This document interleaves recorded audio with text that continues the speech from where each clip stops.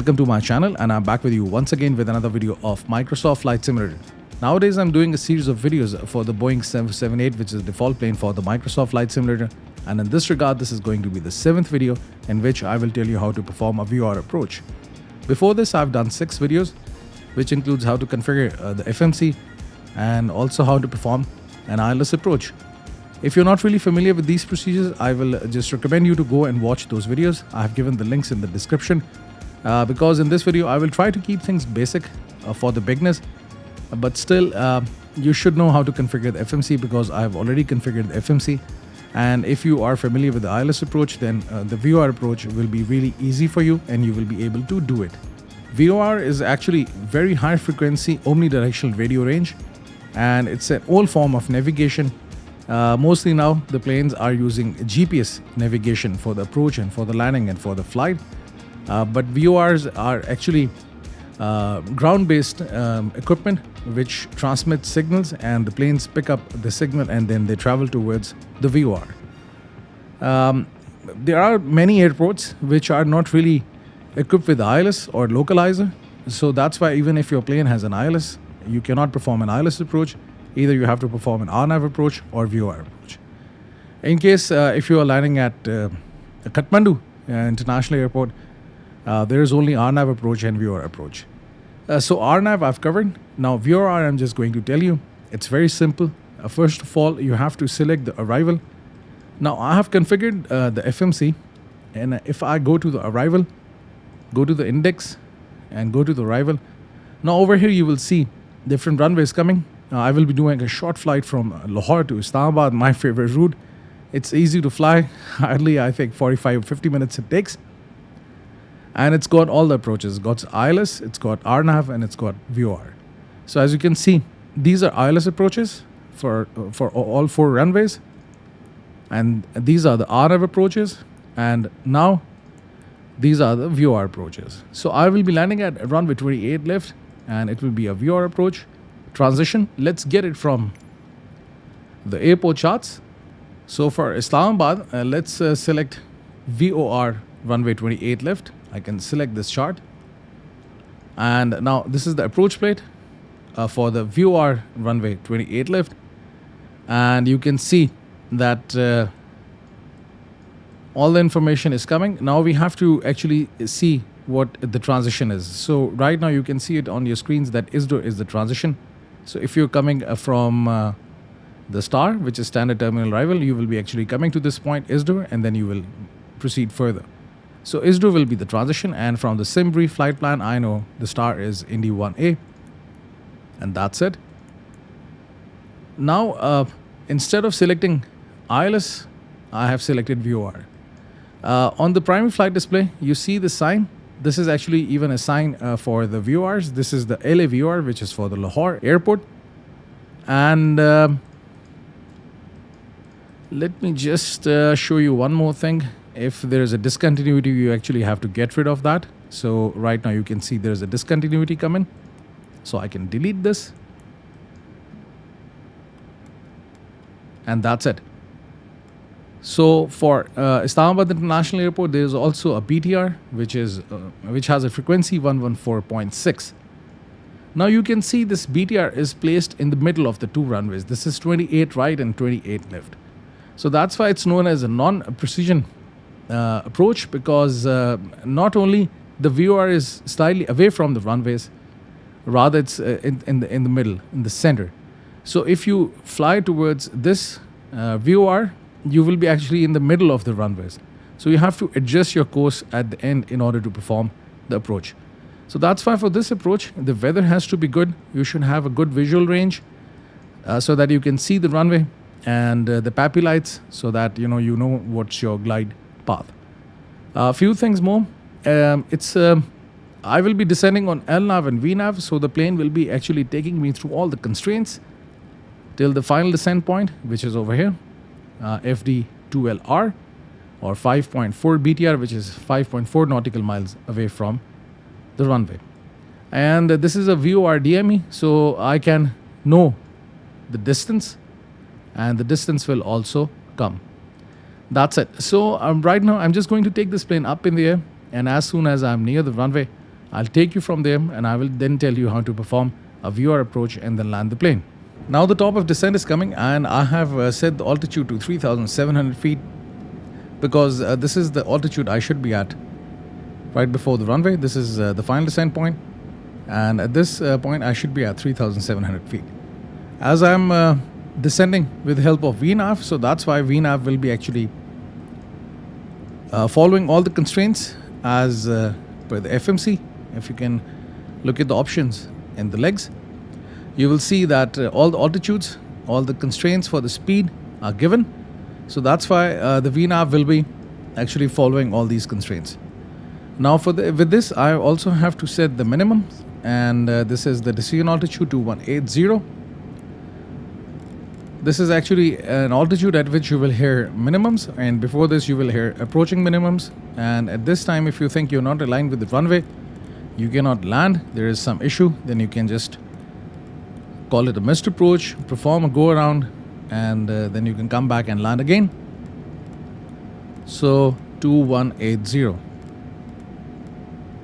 Soon the descent will start, and I'm just preparing the cockpit for the descent. One more thing, sorry, I have to do one thing. Go to this initial reference page and select this option approach, and select the flaps and the speed for the approach. With 30 degrees of flaps or full flaps speed, the approach speed will be 160 knots. Now there is one trick I would just like to tell you. If you're performing an RNAV approach, there are two ways you can perform an RNAV approach. One is LNAV and V with the help of these two options, LNAV and VNAV.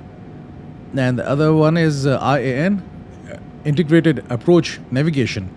So in this regard, if you are performing an IAN, then you press this button approach just like the ILS, and then the plane lands. This is one thing good about RNAV approach. But if you're performing an RNAV approach even with the LNAV and VNAV, you actually continue to descend towards the runway. If you look at the runway, the altitude is coming as, or the runway elevation is coming as 1,747 feet. And if you look at the FMC, it will be coming as, I think, 1,000.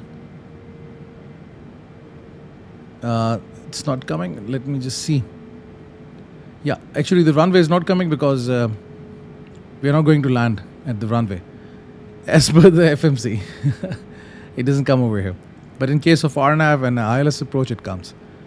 Because we are right now just, the flight is ending at the VOR, because, this is what the system knows. Anyhow, I think even for the VNAV, if I've said it, it's actually 50 feet above the runway, which is 1797. So what we can do is this, that instead of descending to this point, we can start descending to 1,800 feet. So always round it up and keep LNAV and VNAV active. Eventually the plane will keep on descending. At this point, D 10.0 BTR, the plane will be at 3,700 feet. It will level off. Then till this point, it will fly at 3,700, and then it will further descend towards the runway if you have set the altitude over here as 1,800.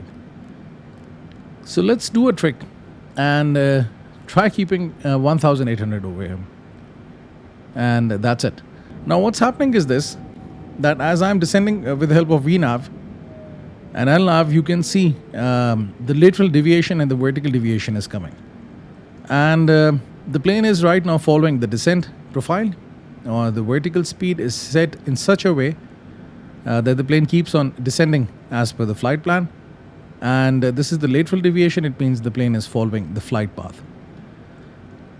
In this technique, there will be only one issue, that whether you are laterally aligned with the runway or not, whether you are on the left or the right side. This is what you have to see, because this VOR is in the middle of these two runways and it's slightly far. So right now, this elevation of the VOR is 1,977, which is further 200 feet above the runway.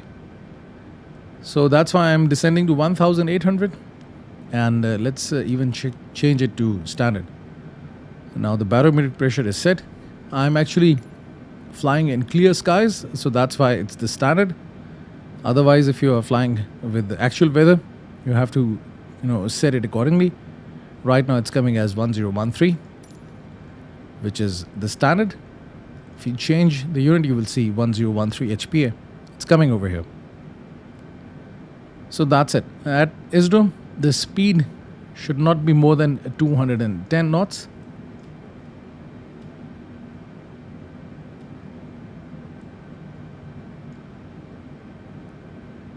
That's it. So everything is looking good so far. Let's wait for it and let's see if our trick works. Otherwise, you can keep it at 3700, and as soon as you're here, you can disengage the autopilot by pressing this button on the yoke, and then you can land the plane yourself. But just keep the approach speed over here, 160 knots. Don't turn off the auto throttle or disarm the auto throttle, because during the landing you need it, because then you don't have to adjust the throttle yourself. If you want to do it, then you can disarm the auto throttle as well. But otherwise, as soon as you're about to land 30 feet above the ground, perform a flare, pitch up the nose and put the throttle in idle.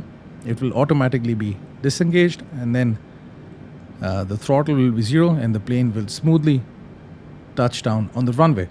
Right now you can see that the plane is actually following the descent profile. That's why it's not reducing the speed, because if it reduces the speed, then there are chances that it will miss the descent profile. That's why I will apply the speed brakes over here, and now the speed will decrease. With this, I can also set the auto brakes for the landing. I have to set it to 4 or even max. Lights already turned on. I didn't turn off the lights. That's it.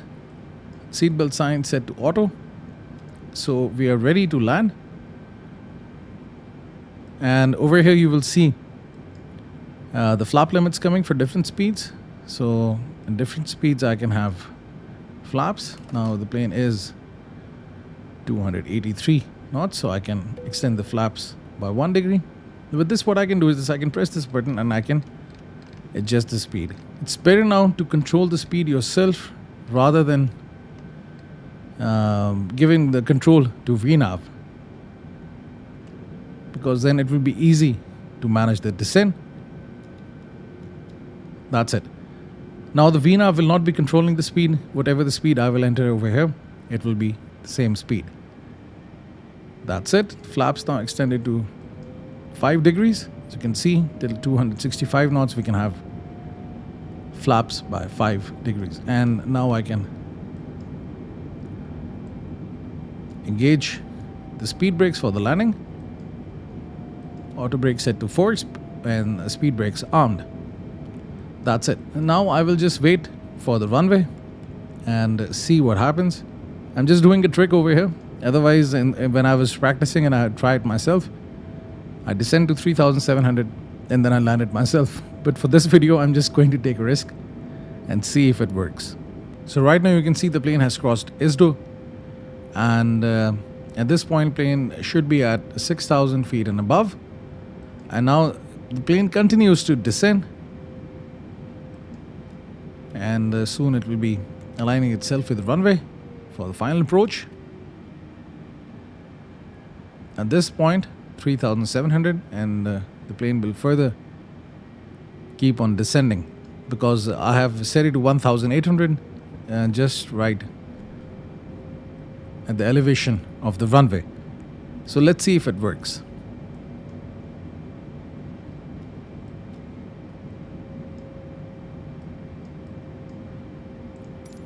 There is another thing I have noticed about a VOR approach is this, that these two triangles, the lateral and the vertical deviation, they keep on coming.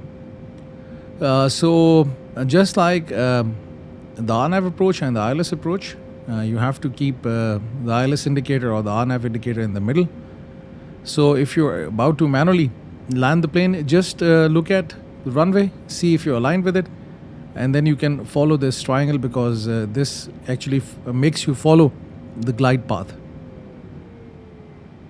If you're performing an ILS approach, the slope towards the runway or the descent profile towards the runway is known as a glide slope, and in case of VOR or RNAV, it's known as the glide path. Right now at 5,000 feet, I can further reduce the speed. 180.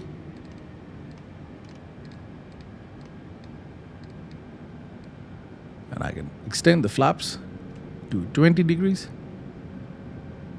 So soon I will be crossing the final descent point. You can see the two runways, 28 right and 28 left. I think the plane is aligned with it. And you can see it's actually trying to follow the descent profile.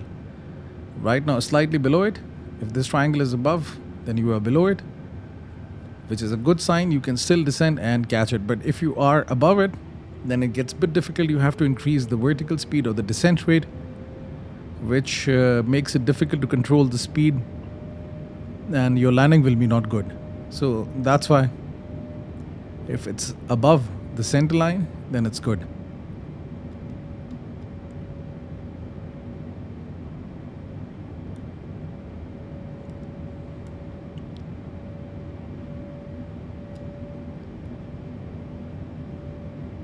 So everything is looking good so far. You can see this information coming over here, 270 degrees. Let's enter it over here. In case of a missed approach, 278. Heading of the runway. I will also be covering the missed approach procedure for this plane. And you see the plane is constantly descending towards the runway. Just 6 nautical miles before the runway, I will lower the gears and extend the flaps to full.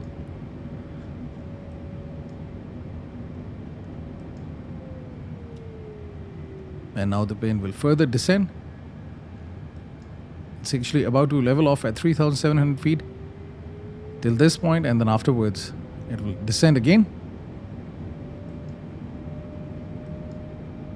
So lights on, auto brakes, speed brakes, and everything is good. You can see, I think, I'm just in the middle of the runways.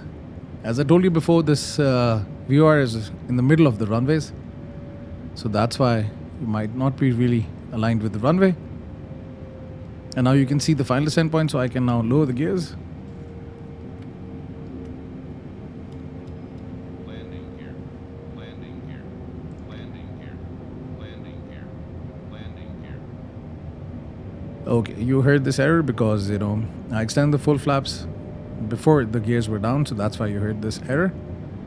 You can ignore it, and right now you can see the plane keeps on descending without any intervention. I can further reduce the speed to 160, which is the approach speed. FMC says drag required. Drag is there, so don't worry about it as it's following the profile. As now you can see, it's going in the middle of the two runways. So right now I can disengage the autopilot, get rid of this warning, and then I can align the plane with the runway. As you can see, I've not disengaged the auto throttle, but once I'm aligning myself with the runway, just keep an eye on the primary flight display. I'm trying to keep that triangle for the vertical deviation in the middle. This is a good indicator for me, which tells me that I'm following the glide path. And as the auto throttle is active, so that's why I don't have to control the throttle myself.